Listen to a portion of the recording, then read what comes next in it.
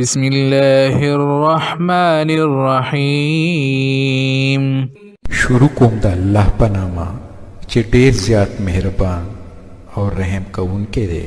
اذا جاء نصر الله والفتح، کله چې د الله تعالی مدد راشي او فتح در په برخه شي.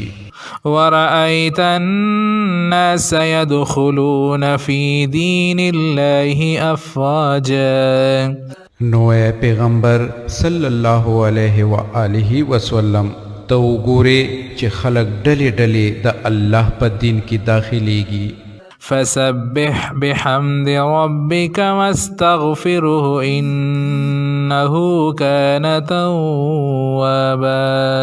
نو د خپل پروردگار سناستاینې سره د هغه تسبیح وکړه او د هغه نه بخښنه وغواړه، بېشکه هغه ستر توبه قبلونکی دی. صدق الله العظیم.